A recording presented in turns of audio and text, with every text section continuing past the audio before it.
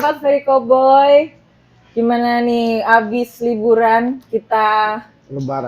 Liburan lebaran, udah beberapa minggu kita tidak menghadirkan bintang tamu ya karena belum syuting sebuah jawaban. Sekarang setelah Lebaran masih minal aidin ya sih ini boleh?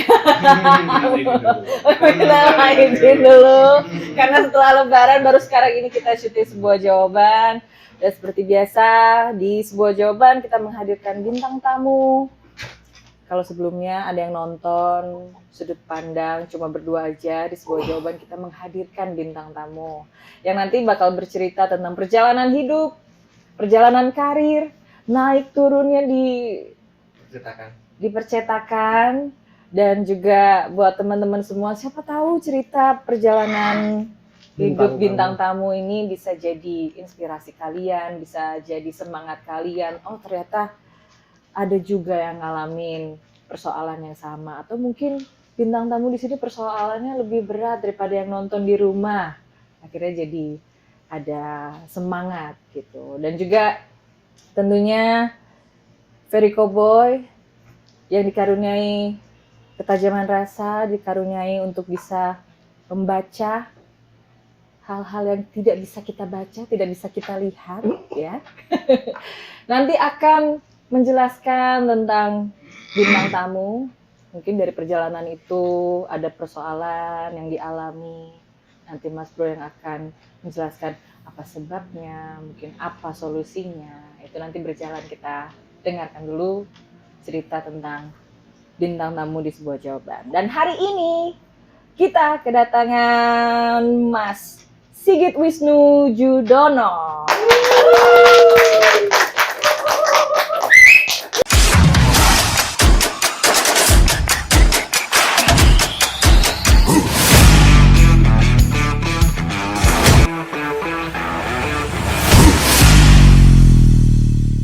Selamat datang Mas Sigit, panggilannya Mas Sigit ya. Panggilannya Mas Sigit.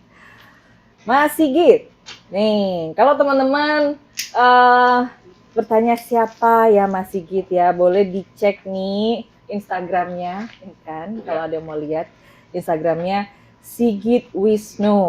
Nah, di situ ada beberapa foto-foto yang diupload tentang kegiatan, tentang keluarga ya. Dan juga tentunya di profilnya sudah tertera dengan jelas kalau Mas Sigit ini bergerak di bidang percetakan. Itu. Hari ini, nggak ada hari ini kalau nggak ada yang kemarinnya, cerita dulunya.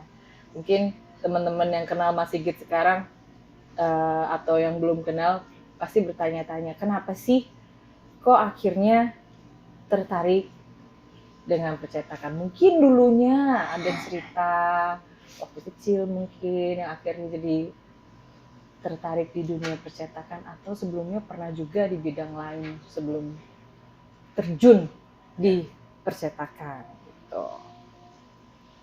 Gimana Mas Sigit? Ya. Saya itu lahir dari keluarga yang mungkin cukupan ya, karena waktu itu ayah saya itu seorang guru. Guru di zaman dulu itu kan belum seperti sekarang ya. Sekarang tuh gajinya wah, semuanya wah kan. Dulu ingat juga sih saya bahwa gajinya ayah saya itu cuma 100 sekian, itu di 100 ribu. Okay. Tapi di tahun 70-an ya sampai 80-an.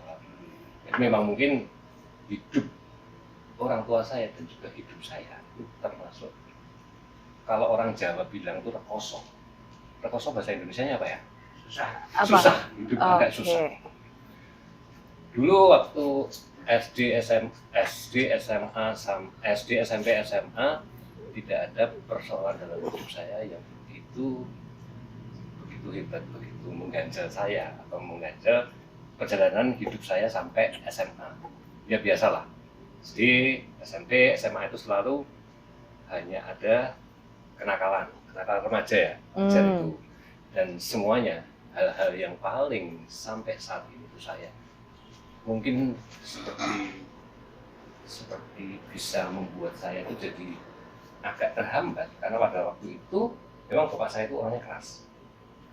Jadi saya itu cukup dibatasi dalam dalam saya keluar ke rumah, main sama teman gitu, saya dibatasi Oh. karena memang sebenarnya baik tujuannya, karena ayah saya tuh pengen saya tidak mengalami hal-hal yang bersifat negatif pada waktu itu.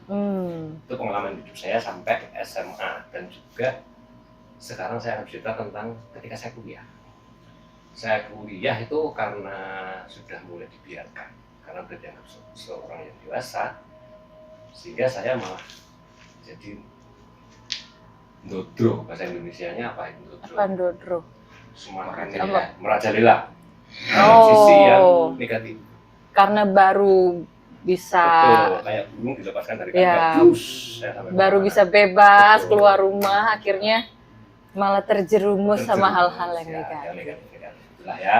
Dan untuk persoalan hidup saya yang di universitas, ketika saya kuliah itu hampir ya gitulah, kenakalan remaja yang semakin nakal, itu aja ya. Kita Oke. sebutnya.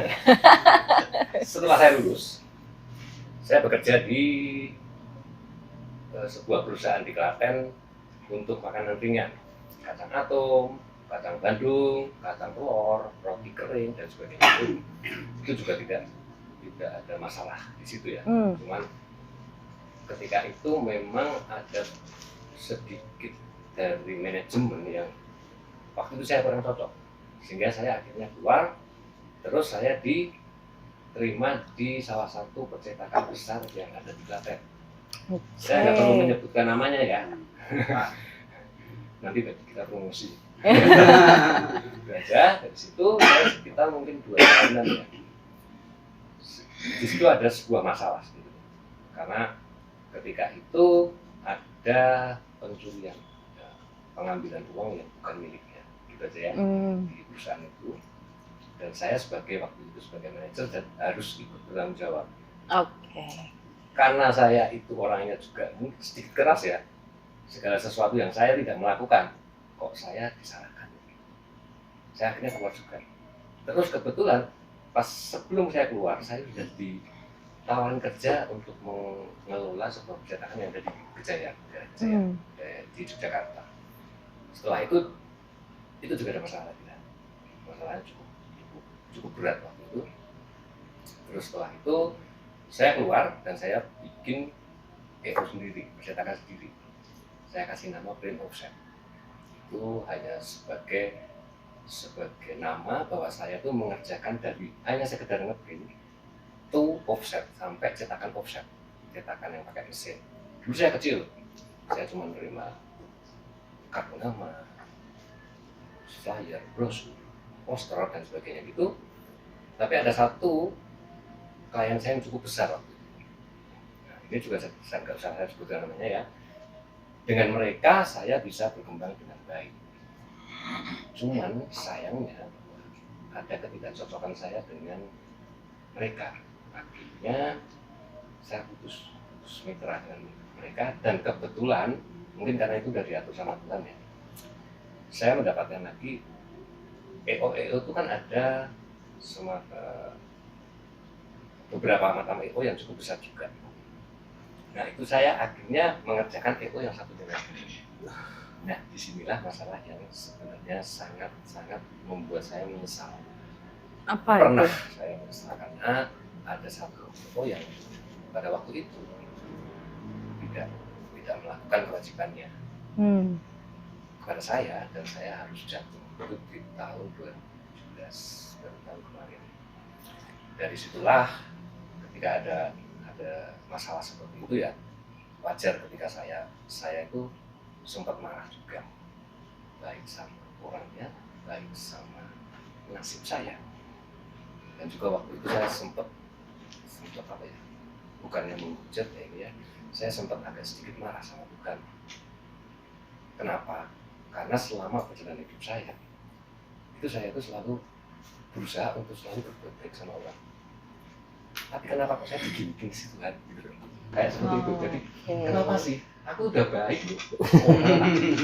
Tolong ya. Kenapa akhirnya aku mengalami hal seperti ini. Nah ini penting ini. Ya. Itu yang bikin saya. Aku sudah berusaha sebaik mungkin Yes, kepada betul. orang, tapi kenapa yang kuterima kok sebaliknya? Betul.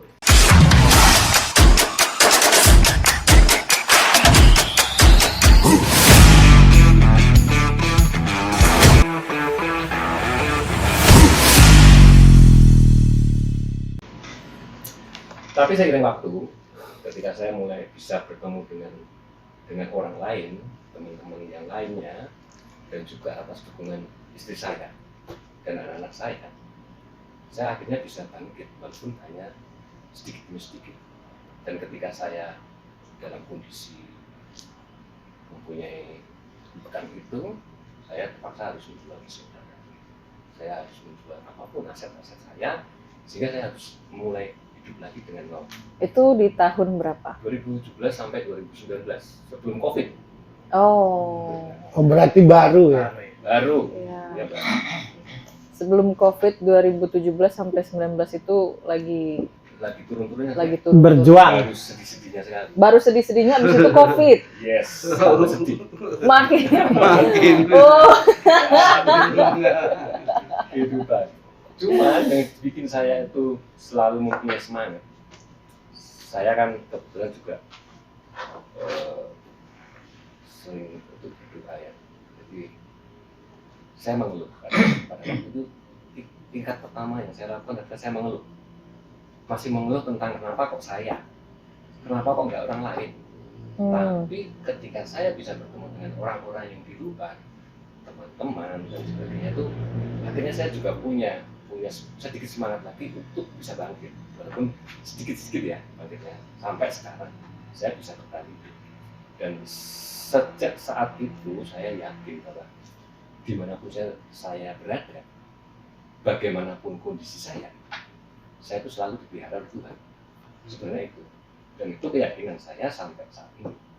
Walaupun saya sedikit tidak bisa hidup lebih baik daripada yang lalu, walaupun saya sekarang itu harus berjalan dengan terseok-seok, tetapi kalau kita percaya pada Tuhan, kita tuh pasti akan dinaikkan, kita pasti akan dipelihara. Itu semangat saya sampai saat ini. wow. Nah, dalam hidup saya mungkin bisa terakhir ini, di akhir ini itu saya itu sudah bisa mulai mengerjakan sesuatu yang sedikit agak lebih besar, dari order-order dan sebagainya. Itu saya sudah dapat dukungan juga dari teman, karena yang memberi order saya itu adalah teman. Teman saya, ya itulah sekelumit tentang kehidupan saya sampai saat ini. Buat yang lainnya, penonton semuanya, ketika kalian itu mengalami masalah hidup yang sangat berat, itu sebenarnya kalau kita jalani dengan ikhlas, kita mengikhlaskan. Kayak orang itu, aku kehilangan rokok, ya sudah, aku harus bekerja kembali agar aku mendapatkan rezeki, dan sehingga saya dapat membeli rokok lagi. Memulai lagi. Karena kalau saya Memulai menyesal lagi terus, kembali. kenapa saya bisa kehilangan rokok? Saya mungkin tidak ada di sini sekarang. Saya nggak ada di sini, nggak bisa ketemu. Nah itu sebuah jawaban tuh itu. Iya. Tadi ada yang Kalau mau- kemarin itu sebuah pertengkaran. Nah ini jangan diedit ya. Jangan edit. Minggu sebelumnya itu sebuah pertengkaran. harus Minggu sebelumnya sebuah pertengkaran, akhirnya kita nggak syuting. Akhirnya kita syuting lagi sebuah jawaban. Keren. Welcome to sebuah jawaban. Tadi ada yang menarik di cerita Mas Sigit. Waktu Mas Sigit mengalami persoalan, setelah itu melihat orang-orang di sekitar dan akhirnya jadi semangat. Apa Mas yang Mas lihat dari orang sekitar yang akhirnya membuat Mas Sigit itu semangat? Jadi saya melihatnya itu orang-orang yang ada di sekitar saya, teman-teman saya khususnya. Mereka itu pada saat itu mungkin level hidup atau apa itu dari segi ekonominya terutama itu waktu itu mereka itu mungkin ada di bawah saya untuk tingkat ekonomi dan sebagainya ya. Di bawah, Bukan ya. di bawah. Lebih di bawah waktu itu. Ya, tapi mereka ketika ketemu dengan saya, mereka tetap bekerja. Dan dari pengalaman perjalanan hidup itu sebenarnya kan sudah sedikit memicu saya untuk selalu bersemangat. Karena apa? Kalau orang lain bisa, itu pasti saya juga bisa. Dengan persoalannya masing-masing. Mereka itu pasti juga punya persoalan. Kan? Iya. Ya. Dan dari cerita mereka, curhat ya, curhat cerita. Yang dicurhati lagi kena masalah kan. Jadi saling curhat. Nangis bareng. Nangis bareng. Menambah masalah nggak nih? Orang yang kena masalah curhat sama orang yang kena masalah. Jadi nangis bareng. Saling melengkapi. Tapi pada akhirnya ya itu, saya ketemu orang-orang itu seperti itu. Mereka tetap mempunyai semangat untuk hidup, mereka tetap punya semangat untuk menghidupi keluarganya mereka, karena mereka sudah dipercaya. Jadi ini, ingat sangat banget sama kata-kata teman saya, gak usah tak sebutkan ya, bahwa kita hidup itu hanya ada satu tujuannya. Ketika kamu udah punya keluarga, ya kelola keluargamu dengan baik. Jangan sampai kamu tinggalkan hanya karena masalah, terutama masalah ekonomi. Karena semuanya itu akan bisa naik ketika kamu punya semangat untuk bekerja, untuk mendapatkan rezeki. Nah, dari situlah saya, oh iya ya, kalau dulu saya bisa, berarti saya sekarang mesti bisa bangkit. Walaupun kebangkitan saya mungkin nggak sedrastis yang kemarin ya, mungkin dulu sekian, saya sekarang mungkin sekian. Tetapi dari situ ternyata bisa hidup kok. Sampai saat ini nyekolahkan 2 anak sama ada istri 1, masih 1 istrinya dan selalu 1 ya seperti itu. Oke. Seru ya. Jadi justru karena bertemu dengan teman-teman ya, dan akhirnya bercerita, sama-sama bercerita curhat tentang persoalan. Jadi akhirnya, dia ngalamin persoalan juga, mungkin lebih berat daripada Mas Ya, Sigit saat itu ya. mungkin begini, mereka mempunyai masalah dan saya mempunyai masalah. Cuman ketika kita itu harus menghadapi masalah kan tiap orang pasti berbeda-beda ya Cara menghadapi nyikapinya. masalah dan menyikapinya. Jadi kalau saya mungkin karena dulu saya tuh ya banyak order tiba-tiba langsung habis, itu mungkin bagi saya itu sebuah persoalan yang sangat-sangat berat.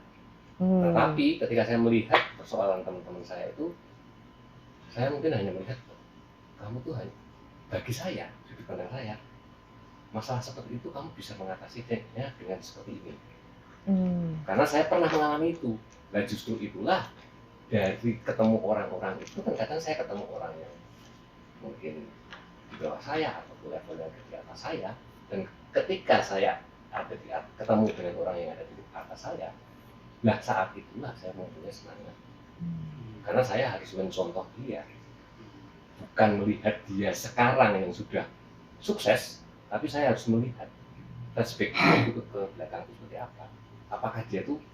Apakah semua orang itu bisa langsung kaya? Apakah semua orang itu bisa langsung sukses? Tidak. Ada sebuah proses yang harus dijalani.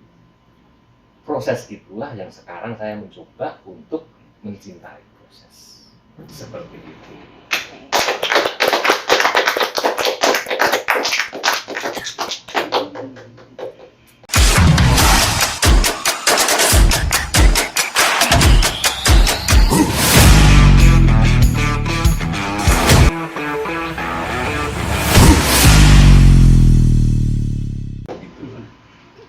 Dalam perjalanan Mas Sigit memperjuangkan usaha percetakannya, siapa Mas Sigit orang yang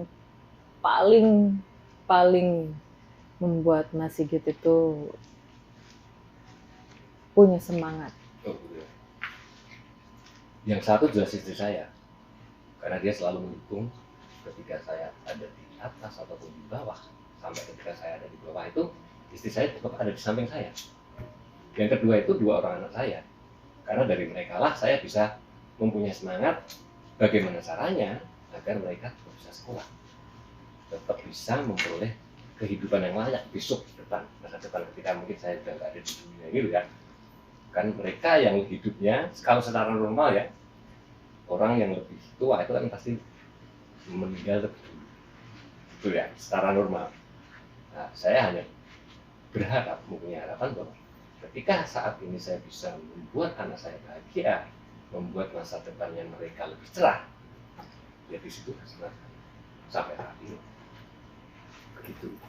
Yang ketiga mungkin ya teman-teman saya yang sudah mendukung selama ini ya. Tapi keluarga adalah semangat utama Keluarga. buat Mas Andi. Keluarga Itu itu dia. yang paling penting. Dan di titik sekarang ini Mas Sigit, Ya. apa hal yang paling Mas Sigit harapkan gitu?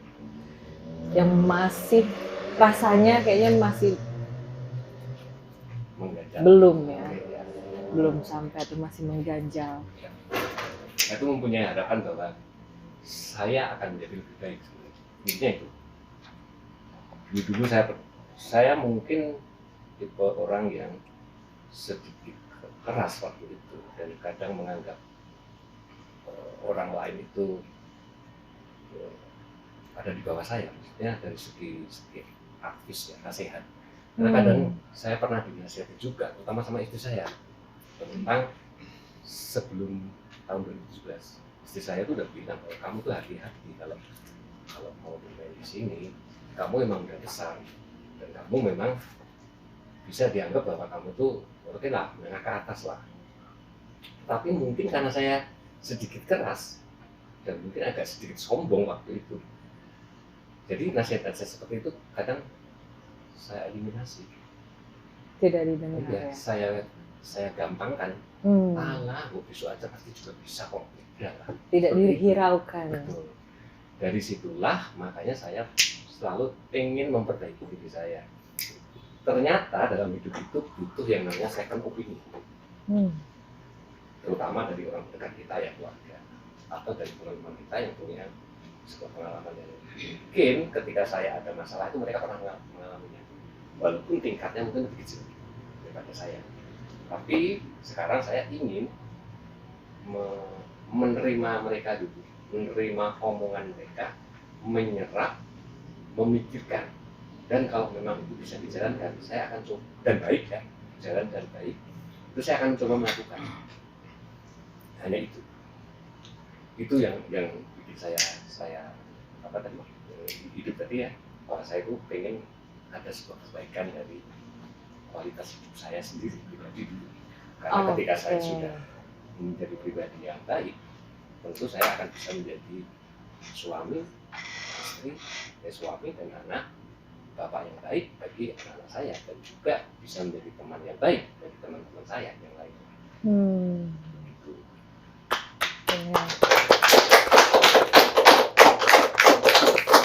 Harapan utamanya untuk dirinya dulu akan jadi lebih baik. Dari situ baru efeknya Efeknya akan menyebar.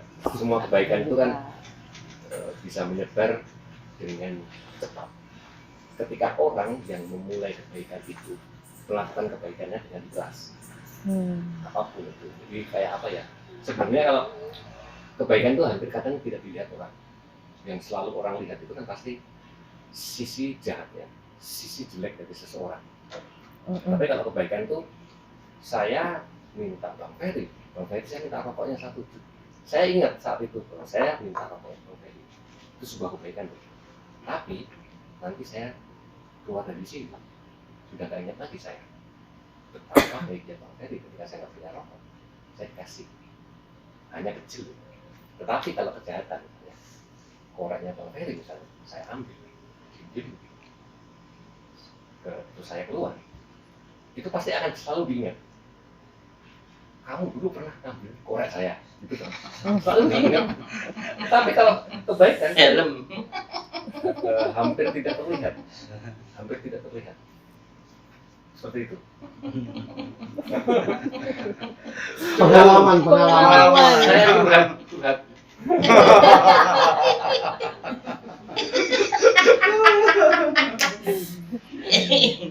berbuat baik 10, berbuat salah setengah, yang diingat yang setengah. Iya. Ya. Selalu gitu. Karena itu memang sifat manusia seperti itu. Mereka akan lebih cepat sekali nangkap sesuatu yang jahat, sesuatu yang jelek daripada yang baik. Begitupun sebaliknya, begitu berbuat jahat 10 kali, baru mau mulai baik sekali. Udah dihujat. Akhirnya jahatnya jadi 20 kali. Karena tidak dipercaya. Betul. Oke. Mas Bro. Nah, Nah. Ini dia.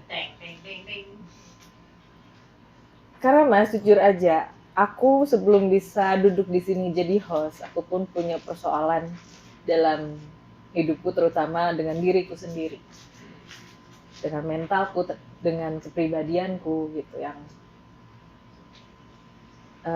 pengalaman hidupku membuat aku banyak kecewa. Akhirnya aku jadi orang lain, nggak jadi diriku sendiri. Bertemulah dengan Mas Bro.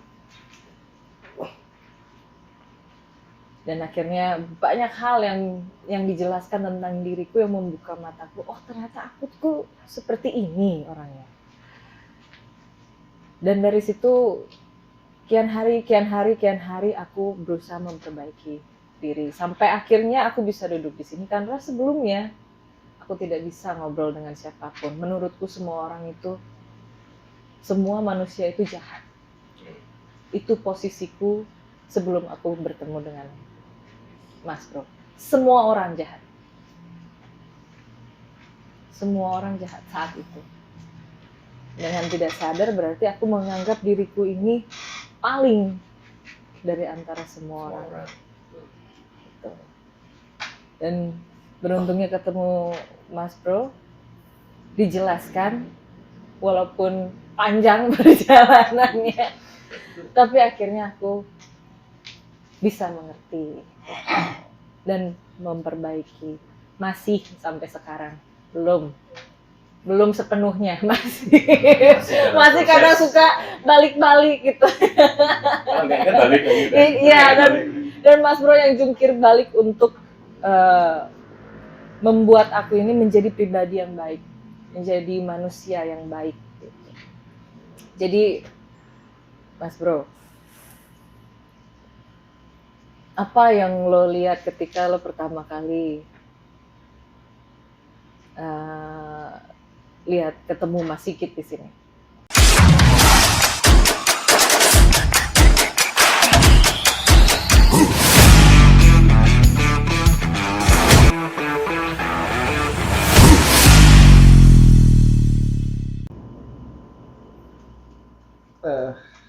Apa ya yang kulihat pertama kali?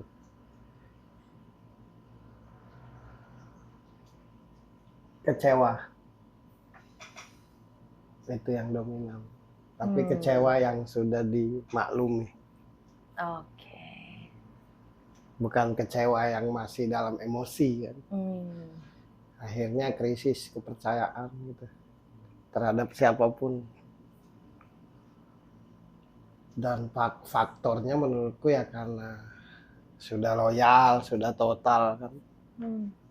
Tapi pada kenyataannya intinya terhianati lah. Di luar dugaan gitu. Di luar dugaan. Kecewa. Di satu sisi Mas Sigit pribadi yang selalu ingin jadi bernilai.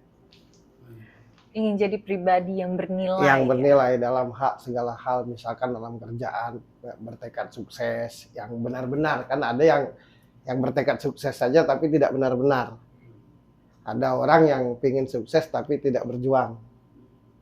Kan gitu. Ya. Tapi kalau ngobrol pingin sukses, giliran berjuang mundur. Kalau bisa simsalabim, abrakadabra jadi langsung. Ya. Mas Sigit ini orang yang punya tekad yang besar untuk jadi yang bernilai dalam hal apapun. Keras hatinya. Jadi kalau mesti bukan keras kepala ya. Kalau keras kepala itu tidak bisa diajak ngobrol. Menurutku keras hati itu. Jadi kalau sudah harus gini. Melenceng dikit, berantem. Sebenarnya bagus keras hati itu. Cuma kalau di Eropa kayaknya. Kalau di Indonesia rada berat gitu. Nah, itu salah satu yang bisa saya perbaiki. Itu tidak usah diperbaiki. Keras hati itu prinsip. Oke. Nggak boleh diperbaiki. Keras kepala yang mesti diperbaiki. Oke. Kalau keras hati itu prinsip. Saya biarlah punya mobil satu, yang penting elegan. yang penting mewah. Ya. Itu prinsip. Nah, Mas Sigit keras hati dalam sikap, apa namanya tuh, ingin besar berdasarkan kapasitas kemampuan diri. Nah, itu prinsip, itu jangan dirubah. Kalaupun terseok-seok karena belum ketemu tandem itu. Oke. Tak boleh dirubah, itu ciri khasnya Mas Sigit. Nah, orang yang nggak paham dianggap keras kepala. Ya. Orang tuh kadang nggak bisa bedain keras kepala atau apa, keras hati itu apa. Keras hati itu malah penting dalam hidup. Harus. Karena itu menyangkut harga diri. Itu keras hati itu nilai seseorang malah. Kayak aku tidak bisa dibeli. Sekalipun melarat hidupku. Nah, yang nggak ngerti aku alangkah sombongnya, Per. Kan gitu. Betul. Nah, Mas Sigit pasti dibilang sombong dengan keras hati tadi. Ya. Walaupun tak terucap maupun terucap. Padahal keras hati itu perlu. Keras hati dalam keyakinan. Kerasnya hati dalam apa namanya tuh, dalam mengambil keputusan.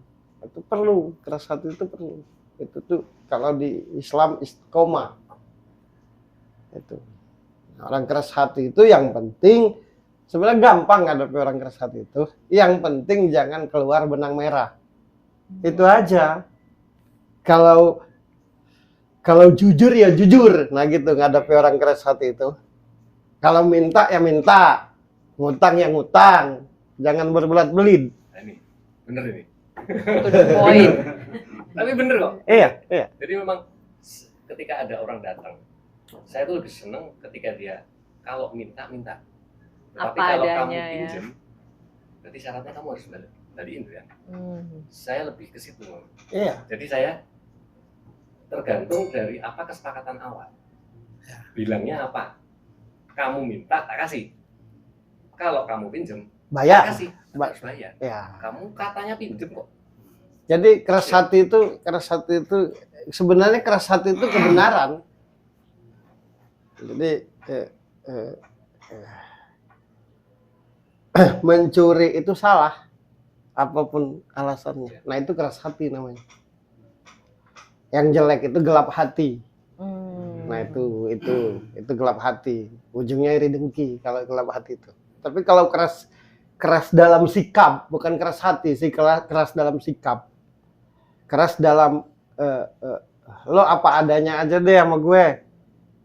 Tak sanggup ya kak, sanggup ya sanggup. Jadi orang yang keras hati itu ngadapinnya tuh mesti yes, ya atau tidak. Jangan atau. Hari ini A, besok B. Nah itu kan atau. Gampang ngadepinnya. Tapi pada kenyataannya mayoritas kita ini abu-abu. Tuh. Dibilang rajin kayak rajin, dibilang nggak rajin, ya rajin, nggak ngerti. Mayoritas atau. Jadi kalau menyangkut kepada Tuhan, kadang-kadang Tuhan itu bertanya-tanya seperti ini, maunya tuh apa gitu. Diajak salah, nggak diajak salah gitu. Diam, diajak ngomong nggak mau, nggak diajak ngomong marah. Ah itu. Jadi kenapa kita seperti ini sampai detik ini aku tahu sih alasannya, cuma belum sempat aja ngejelasinnya gitu. Nah, sekarang dijelaskan. Nah jadi keras hati. Kekecewaannya pula atas persoalannya sebenarnya bukan karena kerugian, bukan karena kerugian, bukan karena mungkin akhirnya ada hutang-hutang, tapi aku sudah seperti itu, kok kamu seperti ini. Nah itu yang buat lebih sakit lagi. Kalau duit kan semenit bisa hilang, semenit bisa banyak kan, tapi memang nggak bisa. Kalau dengan Mas Sigit ini mesti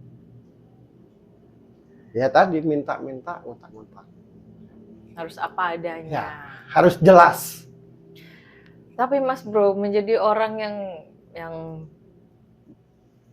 jelas, berkata jelas iya atau tidak di sini, gimana caranya Mas Bro kita ngadepin orang yang mayoritas itu abu-abu?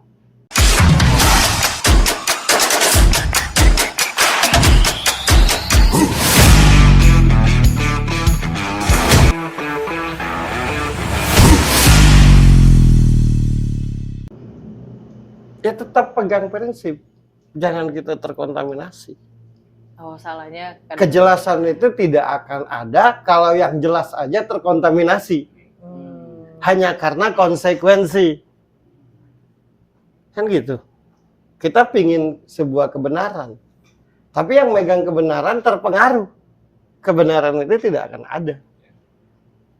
Semua orang tahu. Ini A, ini B, ini C, ini F. Semuanya tahu, nggak usah dijelasin. Tapi karena ketidakmampuan menghadapi keadaan, menghadapi efek, akhirnya menjadi yang tidak seharusnya. Malah bagus, harus banyak malah orang kayak Mas Sigit. Gitu. Biar driver nggak bingung gitu. Ini mau jalan apa enggak? Gitu. Kanan atau ke kiri gitu ya? Iya. Ada panutannya. Jadi harus berpegang teguh, tetap jangan terpengaruh. Jangan bagaimana. Kalau bagaimana akhirnya kita ngikut yang mayoritas. Gitu. Warna itu, dikatakan warna itu karena dia konsisten. Kalau tidak konsisten, tidak bisa disebut biru. Tidak bisa disebut kuning, hijau, putih. Disebut dengan tegas warna biru, warna putih, warna hitam karena konsisten. Nah, konsisten itu konsekuensinya berat. Ya emang berat untuk menjadi yang kopi ya kopi, emang berat. Karena kebanyakan gimana kalau dijadiin teh aja? Kan kepentingannya di sini. Karena ada kepentingan akhirnya jadi goyah. Ya. Enggak goyah sih karena kepentingan makanya goyah. Tapi tadi ada ceritanya Mas Sigit nih, Mas Bro, yang ketika mengalami persoalan, aku sudah melakukan yang terbaik, yang aku bisa kepada orang, akhirnya kenapa kok Tuhan tidak membela? Iya, kenapa yang ku terima malah sebaliknya, dan kenapa ini terjadi? Apa salahku? Sebenarnya apapun yang kita alami itu bukan soal salah dan benar. Kalau kita bahas salah dan benar, efeknya penyesalan. Pasti. Sebenarnya bukan salah dan benar. Sekarang aku kasih contoh sederhana aja. Aku bicara tentang matematika. Aku sangat kompeten di bidang matematika. Misalkan, aku sangat ngerti di bidang matematika. Tapi kalau yang kuajak ngomong ini, tak satu pun yang ngerti matematika, kalau akhirnya aku dibiarkan, dicuekin, dikhianati, yang salah siapa? Oke, menjelaskannya. Jadi apa yang engkau alami itu, kata Tuhan, bukan karena salah atau benarnya dirimu, tapi karena engkau berada di tempat yang salah.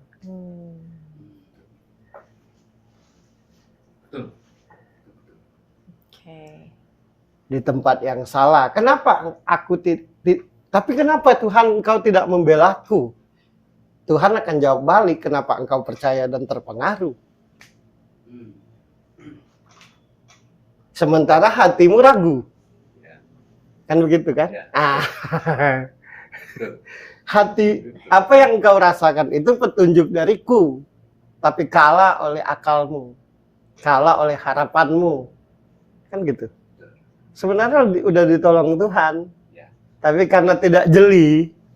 Nah, itu yang pernah juga saya rasakan bahwa mungkin loh, memang saya itu harus berada di situ karena saya berada di tempat yang salah tadi. Yeah. Dan saya akan diperbaiki karena kalau orang mesin saja ketika diperbaiki harus overhaul, harus dicopotnya ini dulu, copot itu. dan butuh perjuangan yang besar.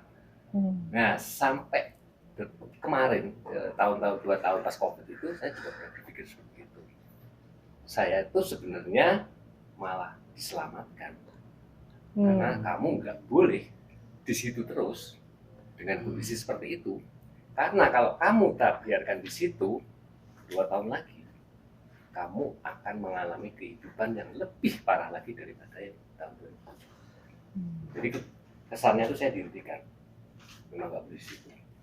Kamu akan boleh. Ya, seperti itu. Dan yang dibilang sama Om Ferry tadi memang sangat-sangat benar. Sangat-sangat benar. Ya. Itu memang saya rasakan. Bukan salah atau benar, tapi berada di tempat yang Salah. Berada di tempat yang nggak ngerti. Berada yang misalkan gini, aku profesional, sangat bekerja dengan yang nggak profesional. Kira-kira yang bakal hancur siapa? Nah. Hatimu sudah ragu untuk meneruskan bisnis ini. Tapi kalau oleh harapanmu, yang bisa jadi aku nanti gini gitu kan gitu. Jadi bukan. Terus gini, yang namanya berbuat baik, disebut baik itu karena tidak berharap efek. Kalau masih berharap efek itu belum baik, itu tendensi namanya. Orang tuh sampai detik ini nggak ngerti yang namanya berbuat baik. Kalau aku menolong Mas, kemudian Mas mengkhianatiku dan aku sakit hati, berarti itu bukan berbuat baik, tapi tendensi. Justru itu lebih jahat. Oke. Sebab kalau tidak ada imbal balik, aku tidak akan baik berarti kan? Ya, betul. Iya, yang namanya baik itu mesti murni. Harus ikhlas ya. Ya, bukan harus ikhlas, hukumnya tuh ikhlas. Kalau harus berarti dipaksakan. Sedangkan yang orang tahu berbuat baik itu saat Kalau yang ada imbal melakukannya balik aja. itu bukan berbuat baik. Menolong, aku menolong Mas aku minjamin Mas duit. Ya. Terus nanti efeknya Mas lupa atau Mas membayar lebih. Itu transaksi namanya. Bukan berbuat baik. Yang berbuat baik itu membantu orang, habis itu sudah. Mau ditolongnya lagi, mau diingatnya lagi, mau enggak ya sudah, enggak jadi masalah. Nah, kita ini tidak membedakan antara transaksi dan berbuat baik. Aku akan baik kepadamu kalau engkau baik. Itu transaksi. itu transaksi. Ya. Tapi aku akan tetap berbuat baik karena aku bertuhan kepada Tuhanku. Soal kau membalasku atau tidak itu urusanmu. Artinya kalau kita benar-benar berbuat baik, tidak akan merasakan kecewa. Iya, kalau memang berbuat baik. Tapi kalau transaksi pasti kecewa. Aku akan perhatikan kamu, kamu akan perhatikan aku. Kalau tidak, saya kecewa. Itu transaksi namanya. Sampai hari ini orang tuh nggak ngerti berbuat baik itu gimana. Itu aja nggak ngerti. Mahas di mana Tuhan? Kejauhan.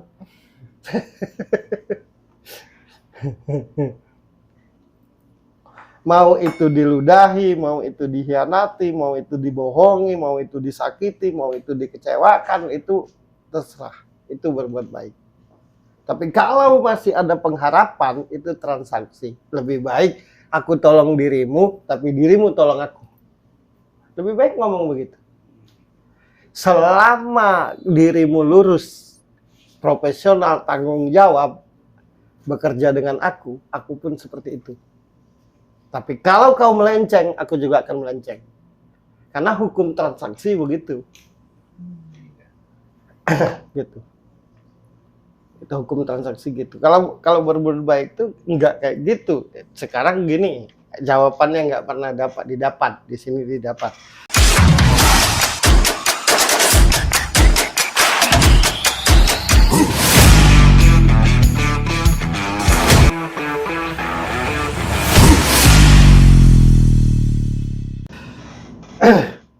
Tuhan, kata Mas Sigit kan, aku sudah menurut pendapatku, aku sudah berbuat yang seharusnya. Kok kenapa aku dikhianati? Enggak orang lain aja. Tuhan jawab Mas Sigit balik. Jangankan engkau Sigit, aku Tuhanmu saja sering dikhianati. Tapi aku tidak pernah berhenti jadi Tuhan. Gimana kalau Tuhan jawab gitu? Semakin menyadarkan saya.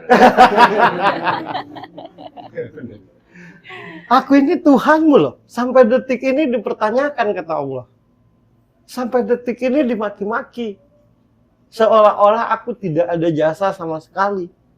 Tapi aku tetap utus wakilku untuk memperbaiki hamba-hambaku. Nah, jadi jangan sakit hati, Peri, kalau dikhianati. Jangankan dirimu, Per. Aku Tuhanmu aja. Aku nih Tuhanmu loh. Sering banget aku dimaki. Sering banget aku dimarahin. Jadi itu bukan soal aku menolong atau tidak. Atau salah atau benar dirimu. Memang yang kau ajak kerjasama tuh lupa diri aja. Lupa diri aja. Efek dari lupa diri makanya lo seperti ini. Makanya kata Tuhan itu ke depan hati-hati. Teman-teman, sahabat-sahabat, bisnis is bisnis. Makanya aku tidak pernah menyetujui Mas Diksi ada di sini, Dian ada di sini, semuanya teman. Tapi aku selalu bicara dengan tegas. Berbisnis, ya berbisnis. Tidak usah peduli. Sebab kadang-kadang kalau melibatkan bisnis dalam pertemanan, biasanya tuh jadi saling nyakiti gitu. Ada persoalan di bisnis nyambungnya malah. Masa sih lo bro? Gua kan teman lo. Masa lo nggak bisa ngutangin? Pinjam dulu lah. Tapi kalau dipinjami, chaos nih. Gue sakit hati sama dia. Gue mati-matian bantu dia. Begitu gue minjam di bisnisnya. Nah, jadi masalah panjang tuh urusannya. Dan hati-hati ribut di Indonesia ini. Serius. Paling mengerikan ribut di Indonesia ini. Aku ribut dengan situ, ya. Nanti aku ceritakan ke semua orang. Akhirnya semua orang membenci situ. Itu hati-hati. Hati-hati. Saya selalu ditanya orang, ya. Tapi saya selalu tidak mau menjawab. Iya, karena itu bagi saya sangat-sangat krusial ya. Mas Sigit itu bukan ngomonginnya loh. Kan, pokoknya jangan pernah dengan Mas Sigit tuh dulu. Nah, pada kita berdua ribut. Di Indonesia ini kalau ribut suka ngajak orang gitu. Gak usah baik dengan Mas Diksi. Loh, kenapa? Kemarin tuh dia punya utang sama gue nih. Nggak usah belanja loh tempat dia. Hati-hati loh. Nah, kan? Penghasut kelas kakap ya di kita ini. Gitu. Kan?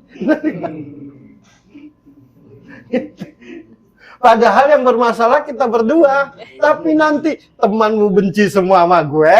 Teman gue benci semua sama situ. Kenapa jadi riwo ini? Gitu. Tahu kan? Iya. Suatu hari ketemu ya Mas Diksi. Kan berteman sama Mas Sigit. Mas Diksi yang sebelumnya manis sama gue nih, senyum manis. Aja, begitu ya, aku datang, kenapa jadi cemberut begitu? Tahunya udah diceritain situ, aku gitu lah. Nah Indonesia tuh kayak gitu. Aku dulu pernah punya hutang di Jakarta situ, satu Jakarta tahu. Oh, kenapa jadi begini? Nah gitu. Jadi kusarankan buat kita semua di sini dan di luar sana hati-hati ribut di Indonesia gitu. Karena ributnya pakai mulut. Akhirnya dari Sabang sampai Merauke loh. Tahu salahnya kita. Gitu. Paham kan? Itu yang dialami kan? Salaman dulu.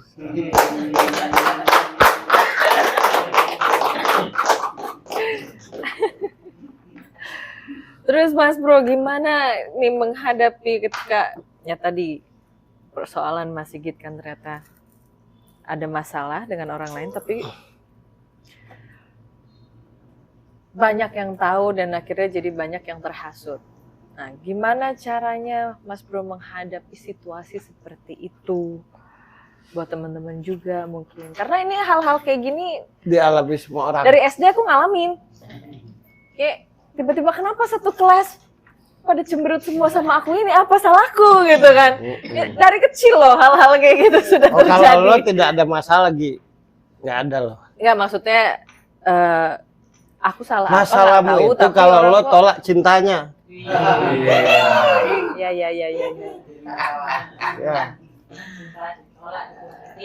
jadi emosi. Selagi cintamu nggak kau tolak, Ya mau aja sih aku terima asal penumpang mau boncengan ya. balik lagi. Gimana Mas Bro cara ngadapinnya ketika banyak orang di sekitar kita terhasut. lebih percaya teman-temanmu, apa lebih percaya Tuhan? Nah, ini sebuah pertanyaan yang sangat-sangat susah. Kalau percaya Tuhan itu pasti mutlak ya. Percaya sama teman itu kadang membuat saya itu jadi bingung. Apakah ini benar-benar sebuah, misalnya ditawarin sebuah bisnis ya, apakah ini benar-benar sebuah peluang yang bagus, ataukah ini hanya sekedar jalan terus sudah. Itu kadang saya mikirnya malah bisa kenceng kalau saya. Kalau dulu saya mungkin ya oke, sangat percaya seperti itu. Aku akan sedih, aku akan menderita, aku akan menangis, aku akan putus asa, aku akan minder, aku akan sensitif, aku akan tersinggung ketika semua yang aku kerjakan ini hanya untuk dinilai oleh sesama. Tapi kalau semua yang kulakukan itu biarlah Tuhan jadi saksi hidupku, aku tidak akan kecewa. Karena nanti Tuhan pasti mempertemukan aku dengan yang benar-benar. Nah, jadi keputusasaan itu karena kita lebih takut ke sesama daripada ke Tuhan. Selama mengalami persoalan, ada yang nolong nggak? Jujur, Ya, hampir mungkin tidak ada. Ya straight to the point aja. ya, betul. Nah, mending gantungkan hidup dengan Tuhan daripada ke orang. Malah kadang tepuk tangan kalau kita susah. Ya, Dan dan satu lagi cirinya, orang yang benar-benar bertuhan pasti menolong sesamanya ketika dalam kesusahan. Dan tidak berhitung. ya. Tapi kalau tidak menolong dan berhitung, itu bohong dia bertuhan.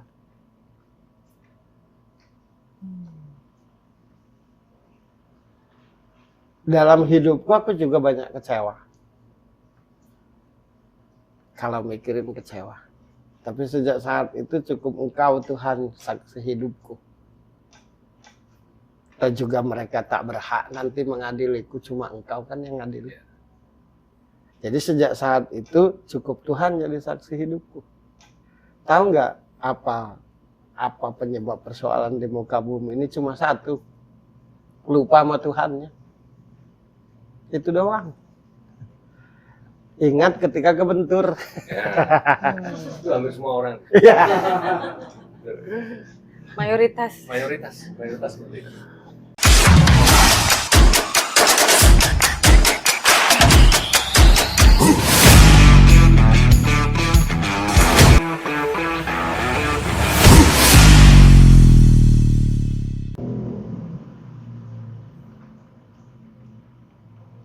Mas Sigit ini tipe orang yang kalau ngobrol tuh tak bisa langsung pada kesimpulan. Dia pribadi yang sebab akibat. Kita harus ke kanan, kenapa? Nah, gitu orangnya. Kalau masuk akalnya jalan deh. Itu orangnya tuh. Kayak hakim dia nih. Melihat, mendengar, menyaksikan, baru memutuskan, gitu kan? Tapi kalau sudah mutusin tuh sekali seumur hidup. Tapi sampai memutuskan itu panjang. Nanti keluar dari sini nggak lama lagi akan ketemu tuh jalan keluar biar percetakannya besar lagi. Amin.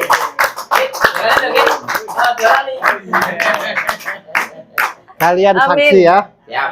kalian saksi karena hancurnya dia karena terhianati, bukan karena dia pribadinya jelek. Kalau dia tidak cerita, aku tahu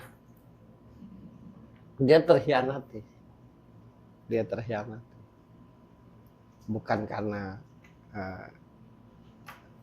aku malah setuju Mas dengan Mas Sigit rada sedikit sombong atau apa tuh. Karena ketika dia meyakini sesuatu itu bertanggung jawab. Setelah direnungkan, dipikirkan, observasi, nah gitu. Tapi dia tidak ketemu tandem yang pas. Itu aja. Itu persoalannya kalau di Persoalannya. kerjaan ya. Iya, Belum ketemu kalau tandem pribadinya, yang pas. yang penting apa adanya aja, jujur aja nih Mas Sigit nih. Buat siapapun di luar sana. Yang kenal Mas Sigit. Apapun bentuk persoalan dengan Mas Sigit ini, yang penting apa adanya aja. Nggak bisa dia dengar yang berbelat-belit. Ngomongan Mas Sigit ini nggak bisa muter-muter. Langsung ke intinya. Ya saya mengenal dia berteman dari kecil.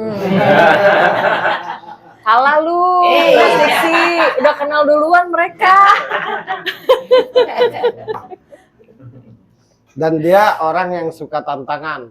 Yes, kalau itu betul. Sangat suka. Jadi bagaimana yang tidak bisa itu jadi bisa. Yes. Gitu kan? Betul. Saya kan sahabat dari Nah. kecil. Kita udah saling mengenal. Iya. Maaf Mas Diksi nih ya. Ternyata udah kenal duluan nih. Inilah kenapa di sebuah jawaban itu manggilnya sahabat Perkop. Karena Sahabat. Terus Sangat ngomong paham sama Mas tahu. Sigit ini agar orang tahu. seperti sahabat. Agar orang-orang tahu, nggak bisa berulang-ulang. Dia kalau iya, iya, tidak, tidak. Bukan orang yang iya jadi tidak jadi iya. Satu. Yang kedua, Mas Sigit ini orang yang tanpa reaksi. Jadi kalau kita ngomong tuh dia ini dengar apa enggak sih? Nah, gitu. Tapi dipikirkan. Makanya kadang tuh kalau ngobrol gini ya, saya tuh kadang diem, nggak ngeliatin orangnya. Tapi dengar ya. Saya merekam. Saya memberitahu ini biar istrinya hafal. Kan istrinya rewel orangnya. Gitu. Nah, yang diajak ngomong nih, apa dengar apa enggak ya? Dia Oh kayak ini hal yang suka miskomunikasi. iya, ributnya di situ dengan doang mereka istrinya. berdua ini.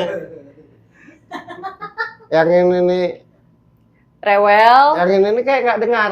Oh. Tapi dia nggak dengar tapi nyangkut, dipikirin. Nah, kalau istrinya lupa nanti. Itu istrinya tuh.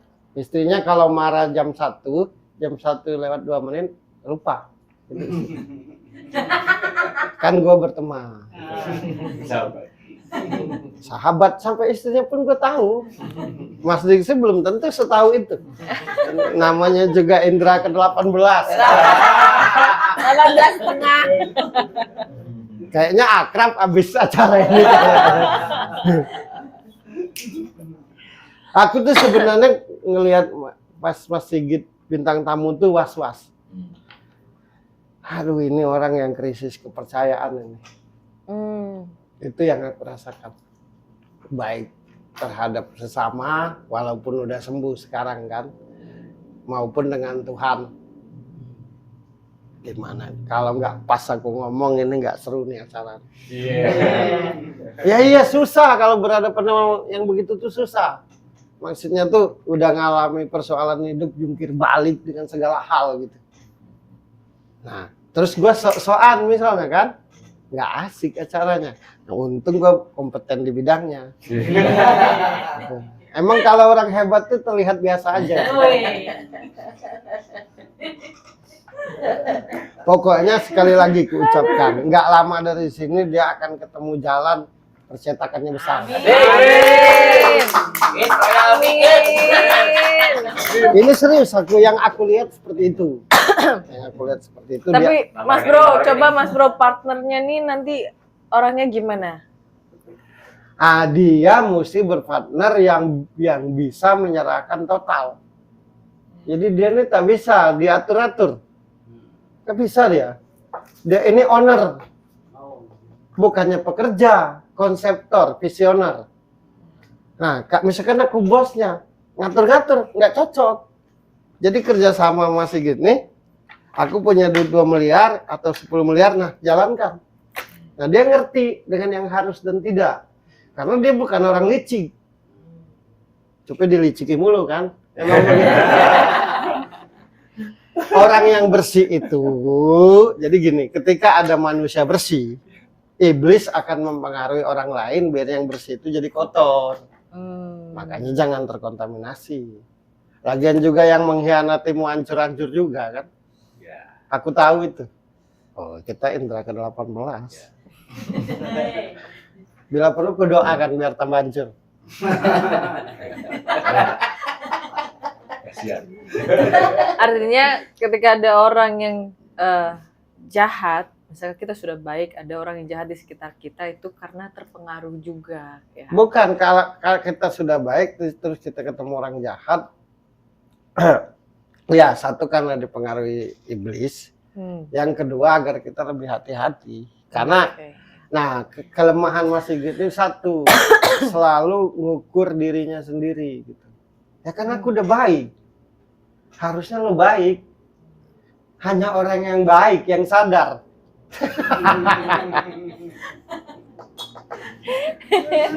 Marahi yang nggak baik, namanya juga nggak baik, pasti nggak sadar. Kan kalimat kita nih yang paling lucu, aku bingung loh. Padahal udah ku baikin kok dia jahat. Orang baik pasti berpikir gitu, orang jahat masa bodoh. Oh, banyak ilmunya datang ke sini. Nah di sini ketemu jawaban situ. Kan masih kurang dikit kan jawabannya tuh. Tapi Nah, dikit itu, nyampe sini pas. dikit itu mengganjal. Oh, keren nggak semua jawaban keren ya? Keren. Sukses terus. Amin. Tapi yang paling penting nggak lama habis dari sini dia nanti dapat jalan percetakan. Itu yang aku lihat. Itu yang aku lihat. Amin. Itu yang aku lihat. Nanti ada seseorang yang percaya 100% sama dia, memberi dia jalan sehingga percetakannya besar. Itu yang aku lihat. Mudah-mudahan salah. Nggak usah taruhan, nggak ya, usah. karena benar udah biasa usah. Mas. Jadi kalau salah tuh kayak prestasi gitu. Nggak usah taruhan, udah sering taruhan kalah mulu ini. Dia diserahkan aja nah. Ini dah jalan kan dia ngerti. Karena Mas Sigit ini orang yang nalar. Apa di setiap ayat Al-Quran itu selalu ada kalimat beruntunglah bagi orang-orang yang berpikir. Nah, Mas Sigit ini selalu berpikir orang. Dan dia selalu berpikirnya itu ke depan. Gitu. Kalaupun kemarin down karena kasus itu, karena tidak menyangka gitu. Itu aja. Tak terprediksi gitu. Tapi nanti balik lagi duitnya. Lewat yang akan datang. Amin. Yang penting jangan lupa Timoho ya. Oh.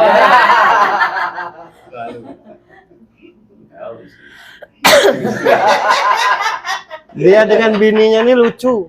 Gimana tuh? Kayak Tom and Jerry. Oh. Jadi ributnya tuh ribut lucu. Bukan ribut nyampe hati, ngerti nggak? Ribut omongan aja ya. Ya Tom and Jerry. Bininya jaga depanku. Ya. Bininya nih rewel, yang ini kayak nggak tahu. Gitu. Nah, yang lucunya ada dia nih. Sudah nggak didengarin oleh dia kan? Nah, tahu-tahu misalnya benar bini omongan istrinya tadi. Nanti dia nggak malu nanya lagi. Enggak gengsian, aku tahu. Kalau berteman ya. kalau aku jelaskan dengan detail, kalian bingung semua. Baik bininya, baik orangnya. Mulutnya aja yang nggak ada titik koma. Kalau Kalau marah ya Mia. kalau dengan bininya tuh kita harus siap kuping. Kalau sakit hatian nggak usah ketemu.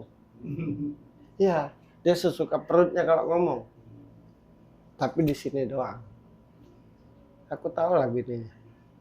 Kalau ilmu biasa harus tahu nama dan hari. Ya. Nah, ilmuku luar biasa. Tidak perlu Tidak pakai nama. media apapun. Kita pakai inisial gitu. Langsung tahu. Buat istrinya Mas Sigit kalau lagi nonton ini nggak sama sekali bercerita ya. Ini karena Mas Bro punya karunia bisa baca. Tapi dia bagus diajak kerjasama. Karena tipikalnya mengedepankan kualitas. Dan dia, Mas Sigit ini bunglon sebenarnya. Jadi baik buruknya kerjasama itu tergantung, misalkan aku kerjasama sama dia, tergantung aku. Gitu orangnya. Gitu. Dia ngikut aja. Selagi itu sesuai, sampai kapan. Tipenya setia dia.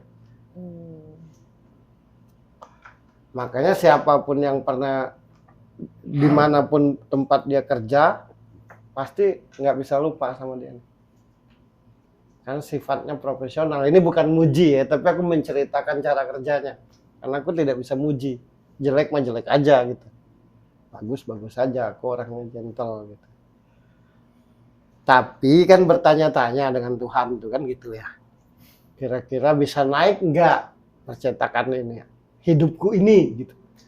Ah, bisa naik. Aku jawab. Amin. Kan bertanya itu kan. Ya. Bukan karena hawa nafsu, tapi memikirkan masa depan anak, keluarga, dan sebagainya kan. Tapi menurutku naik, sesuai yang kuucapkan tadi. Nanti ketemu orang yang percaya, sehingga mempermudahkan percetakannya jadi besar. Dia nih ini yang konseptor. Harusnya masih gini, harus ada ini. Jadi dia posisinya owner. Nah, harus ada yang menjalankan itu. Ya, manajerial yang. Ya, jangan langsung. Detil dia nih kan. Detil masih gitu nih orangnya. Mas Bro, dalam kita bekerja terus kita mau jalin kerja sama rekan kerja itu, kan tadi yang Mas Sigit cerita, kalau dulu gas aja, kalau sekarang agak mikir-mikir untuk menerima kerjasama kan.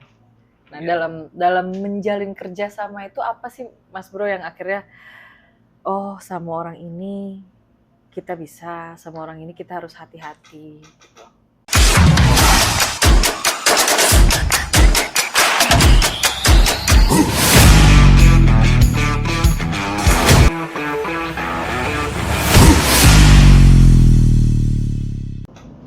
Kalau yang kita ajak meeting itu pure ngomongin kerjaan, ajaklah kerjasama.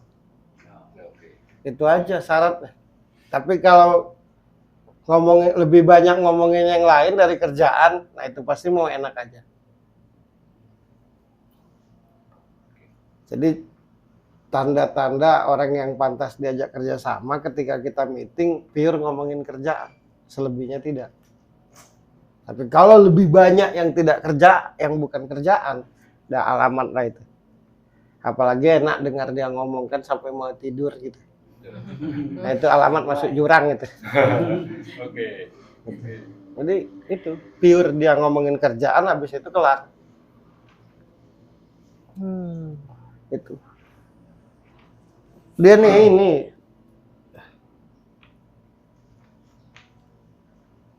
Nggak bisa juga masih gitu ini. Jadi memang posisinya owner. Situ tuh bukan pekerja, tapi pengatur, konseptor. Nah, jangan kecil harapan bisa jadi ada jalan lagi. Nanti habis ini nggak lama dari sini ada jalannya. Amin. Pokoknya Timoho nomor 5A ya. Di bawah 5. Jalan buntu ya tadi ya? Ya.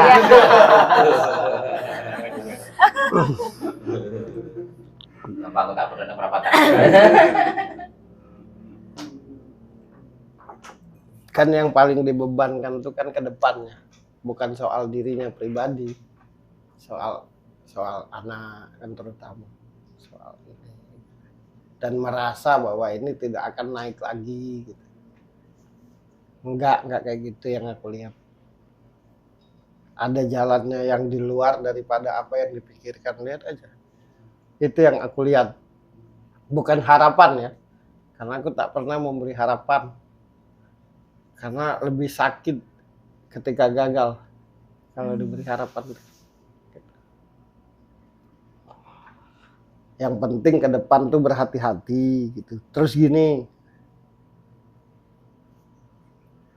percaya dengan seseorang itu bagus, tapi kalau keterlaluan nggak bagus. Nah masih gini, kalau udah senang nggak ada filter dia nih. 12. Oh. Tanpa rem gas. Ya, kalau senang gitu. Itu kelemahannya tuh. Semua dia ceritakan. Padahal karena untuk senang itu tidak gampang. Nah, itu. Jadi dia ibarat kalau soal hati itu jatuh cinta susah. Nah, kalau sudah cinta taman. Tuh, aku tahu lah aku pribadi mah enteng kalau baca begitu mah. Padahal susah baca dia nih. Karena dia begitu aja. Nah itu gitu. Jadi yang perlu diwanti-wanti ke Iya. depannya. Dia gitu kalau ya. udah senang tuh lupa. Hati-hati ketika bercerita. Ya ketika dia senang tuh lupa. Dalam hal apapun. Terus orang yang, jadi dia satu lagi orang yang nggak bisa diatur. Ngatur sendiri. Kan ada dua manusia nih, bisa berdiri walau tanpa orang lain, baru bisa berdiri ketika ada orang lain. Nah dia ini kalau bahasa Arabnya tuh qiyamuhu binafsihi, orang yang berdiri di atas kakinya sendiri. Yang penting dipercaya. Tambah kalau kita nggak percaya, tambah ditabrakin, begitu cara mikirnya nih. Tambah kau kacau kan, tambah aku ngacau, nah gitu orangnya tuh. Ya aku tahu lah, aku ceritakan kan siapa aja, siapa tahu ada yang nggak tahu wataknya kan. Aku mewakilinya mas, tenang aja. Kalau bercerita sendiri dikira ngada-ngada. Iya. Nanti. Iya, paling enak dengan Mas Sigit ini sebenarnya, paling enak. Paling enak. Dia tipe yang paling suka bermusyawarah sebenarnya. Asal masuk akal, rasional. Karena dia orang yang rasional. Aku ini aja hati-hati ngomongnya tuh, gimana merasionalkan pembicaraanku kan. Iya, tadi duduk situ tadi gimana cara ngupasnya. Udah banyak makan asam garam, terutama kepahitan kan. Udah tahu kali. Paling capek loh ngomong orang yang penuh kepahitan. Gitu.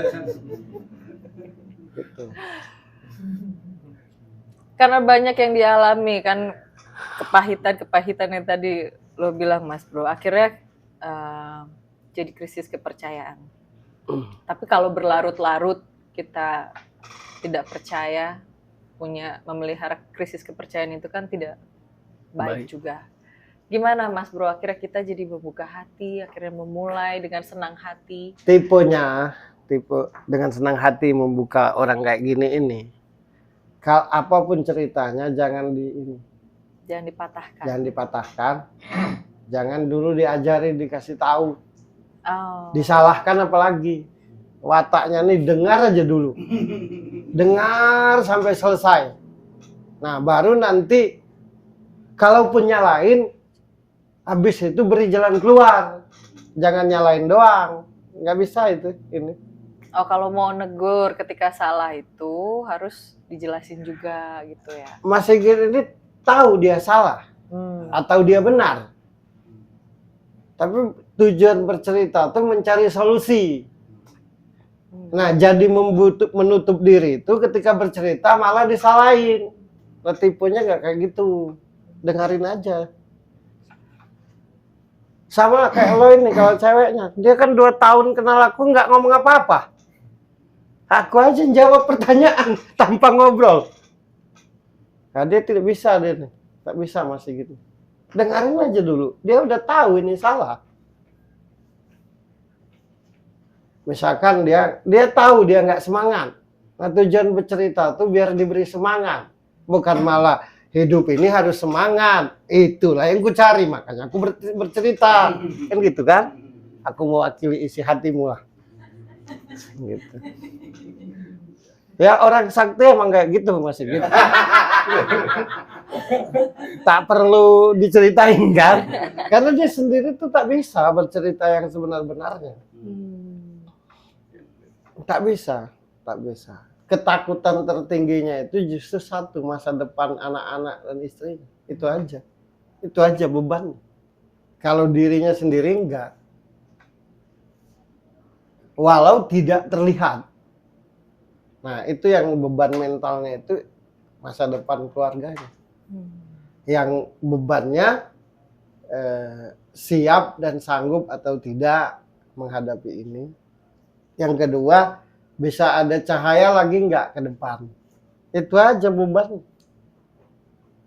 Jadi persoalan yang kemarin dihadapi itu justru jadi teringat karena gara-gara itu akhirnya ke depannya seperti apa. Gitu. Dia mau mikirin istri dan anaknya. Kalau dia sendiri mah enggak. Hanya saja tak bisa bercerita gitu. Karena cerita seram begitu datar, cerita lucu datar, cerita serius tetap begitu. Nggak ada gregetnya. Akhirnya yang dengarnya serius tuh ini apa enggak sih? enggak, aku mewakilinya Mas. Terima kasih loh sama Mas Diksi. Yang harus diterima kasih. Setuju. Enggak, yang harus diterima kasih Mas Diksi. Karena dengan Mas Diksi ngundang, ketemu jawaban dia. Itu. Terima kasih diterima dalam bentuk setuju. Itu kalau dia pribadi dia mah nggak mikirin apa-apa dia. Kalau dia. Tapi anak-anaknya, istrinya. Banyak suami yang mikirin anak-anaknya dan istrinya, itu hal yang lumrah kan, dikategorikan lumrah. Tapi banyak yang tidak benar-benar. Enggak, ngerti nggak? Cuma di mulut doang. Nah, kalau ini benar-benar ini. Benar-benar kebeban mental hanya karena istri dan anak-anaknya takut nanti ke depannya. Nah, itu dia. Itu. Corong lah, Mas. Itu sampai saat ini. Iya, sampai detik ini. Sampai Iya, saat ini. iya. Jadi bagaimana caranya anak istrinya gitu. Punya kehidupan yang lebih baik. Ya banyak lah suami ngomong begitu tuh, tapi menurutku kadang banyak juga bohongnya Ya kan. betul, Nah kalau dia enggak, betul. aku pastikan enggak. Bukan karena di bintang tamu, bukan. Ya. Kemarin aja berantem aku sama bintang tamu. Sebuah perselisihan. Kemarin sebuah pertengkaran. Sebuah jawaban. Bukan jadi bintang Itu tamu aja belum. mungkin yang bisa aku ceritakan tuh. Jadi kesimpulannya gini. Apapun yang telah dilakukan Mas Sigit dari semenjak bisa berpikir sampai hari ini, menurutku Mas Sigit sudah di jalurnya, terutama dalam hal pekerjaan. Kalaupun mengalami kekecewaan dan segala macam, itu karena pola tingkah sesama kita aja. Itu aja. Jadi bukan karena Tuhan jahat, bukan karena Tuhan tidak melindungi. Seperti yang ku bilang tadi, aku saja sebagai Tuhanmu, kata Allah itu kadang dikhianati, dimarahi, bahkan tidak dipercaya. Apalagi sekedar kita hamba. Artinya apapun bentuk persoalan hidup kita ini hanya karena sesama kita yang nggak tahu diri. Jadi jangan pernah menyalahkan diri sendiri gitu. Apapun yang sudah terjadi, itu tuh jadikan patokan ke depannya, hati-hati gitu aja.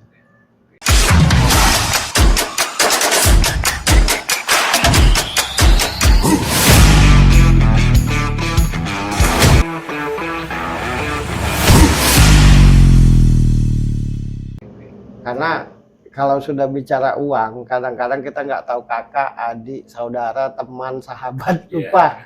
Ngerti nggak itu? Pokoknya norak semua kita di Indonesia ini kalau soal duit. Serius. Begitu ngomong duit lemah. Gitu. Kita harus ngomongin duit mulai. Jadi kita ini salah, kita ini sebuah salah, miskin salah, kaya salah gitu. Dan kenapa salah? Karena dapat duitnya karena enak aja, bukan karena bekerja. Gitu. Jadi apa yang sudah terjadi ya sudah, dan yang aku lihat berkali-kali kuucapkan, nggak lama dari sini akan ketemu jalannya yang membuat percetakannya besar. Amin. Itu sudah kuceritakan semua kan. Tetaplah ingat kepada Tuhan dimanapun berada. Sekali lagi kalau aku mau ngomong pendek, tapi nggak akan ada sebuah jawaban ini kalau aku ngomong begini. Semua persoalan yang kita alami di muka bumi ini karena kita lalai dengan Tuhan, karena kita lupa dengan Tuhan. Makanya ingatlah selalu Tuhanmu dimanapun dirimu berada dalam keadaan apapun. Kalau kata Imam Al-Ghazali itu begini, kata Allah, kalau kau ingat aku sambil berjalan, aku akan ingat dirimu sambil berlari. Kalau kau ingat aku sambil duduk, aku akan ingat dirimu sambil berdiri. Kalau kau sebut namaku di dalam hatimu, aku akan sebut namamu di dalam hatiku. Nah, kita lupa. Kita lebih ingat dengan kesusahan, kita lebih ingat dengan duit, padahal kata Tuhan, kamu enak aja menyalahkanku seolah-olah ketika punya persoalan tidak menolongmu. Kalau aku tanya balik, dari semenjak engkau bangun tidur sampai tidur lagi, lebih banyak ingat aku apa hal lain? Nah, kalau mau ditolong Tuhan, ingatlah selalu kepadanya tuh. Jangan ingat ketika perlu. Analoginya, tidak enak rasanya kalau kita berteman. Aku menelpon situ kalau lagi susah.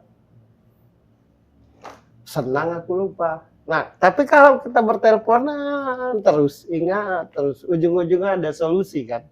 Nah, begitupun dengan Tuhan. Kita ini lupa dengan Tuhan tuh dalam 24 jam. Ingat ketika punya masalah aja. Sebelum ada masalah, wow, keren kita. Kenapa engkau biarkan si Mas Sigit punya masalah ya Allah? Iya, dia kalau nggak aku kasih masalah dia lupa sama aku. Loh, apa pentingnya Mas Sigit ingat situ? Senang aku kalau dia marah-marahi aku tuh. Kata Tuhan gitu. Oh iya, di Al-Quran itu ada. Kadang-kadang sengaja aku susahkan hambaku, salah satu hambaku. Karena aku rindu kepadanya.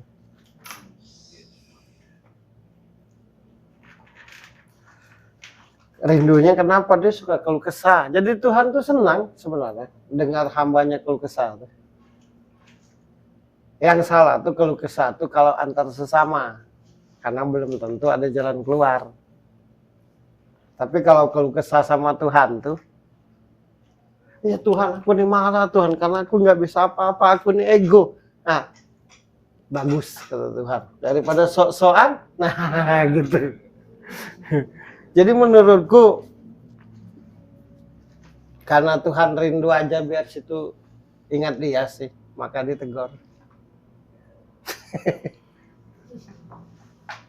Ini juga ada di pikiran saya dulu. Ketika saya udah mulai bangkit gitu. Yaitu mungkin sebelum itu loh ya, saya pernah ditegur dengan masalah yang kecil. Tik. Saya cuek. Agak gede lagi, tik. Cuek lagi. Masih cuek. Disontek lagi, cuek lagi. Akhirnya, oh kamu pengen bener-bener tak tampar ya. Kasih kamu tamparan. Nah, pertanyaannya kenapa situ disentil mulu? Tidak seperti yang lain. Ya mungkin bener tadi bahwa saya lupa. Bukan, semua bukan. Karena situ orang baik. Kalau tidak sesentil jadi mafia nanti.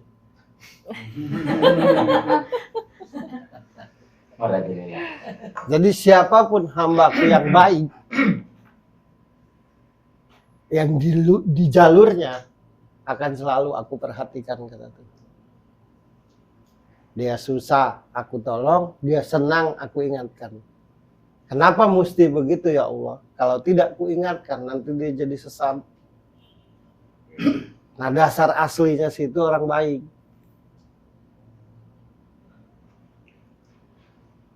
Tadi kan ku tes kan, apa aku doakan aja yang mengkhianati situ, nggak usah kasihan. Nah, orang baik tuh nggak, ya orang jahat nggak ada kasihan gitu. Ya, ya. Tapi kalau situ jahat nggak akan disentil Tuhan, pasti terjerumus. Ke yang lebih Ya, lagi ya. dirimu tuh baik Sigit. Nah, tandem ini jahat semua, nggak percaya situ. Kan situ nggak percaya. Tuh kau ngerasain. Kenapa nggak ditolong? Kan udah diingatkan. Dan dicuekin. Suatu hari situ ngadep Tuhan kan. Kenapa waktu kemarin itu aku tidak ditolong? Udah ku ingatkan berkali-kali. Ya, Nah, paham nggak? ya. Nah, kalau sudah menyadari itu nanti habis dari sini ketemu jalannya. Jadi aku hanya menyampaikan aja, biar nggak salah kaprah sama Tuhan gitu. Oh, terima kasih. Ya namanya mediator emang begitu. Udah gitu aja Gi. Udah. Sukses buat Mas Sigit. Amin. Dimanapun berada selalu dilindungi Tuhan dalam Amin. keadaan apapun. Sehat selalu. Itu ada bacaannya. Sebaik-baiknya manusia adalah manusia yang bermanfaat buat sesamanya. Mohon maaf atas seluruh yang disampaikan. Tidak ada niat lain selain memberi jawaban. Semoga kita selalu dalam ridho Tuhan. Amin. Semoga kita selalu jadi hambanya yang baik. Hambanya yang diimankan, hambanya yang dituntun, dibimbing, diberi kesabaran, dan diridhoi. Dan sekali lagi sukses buat Mas Sigit. Amin. Sekali lagi kuucapkan, gak lama dari sini, nanti ketemu jawaban untuk supaya percetakan yang jadi besar. Amin. Itu yang aku lihat. Kalau itu terjadi, jangan lupa timoho ya. Mau 5. Ya berarti tendensi dong, gak jadi baik.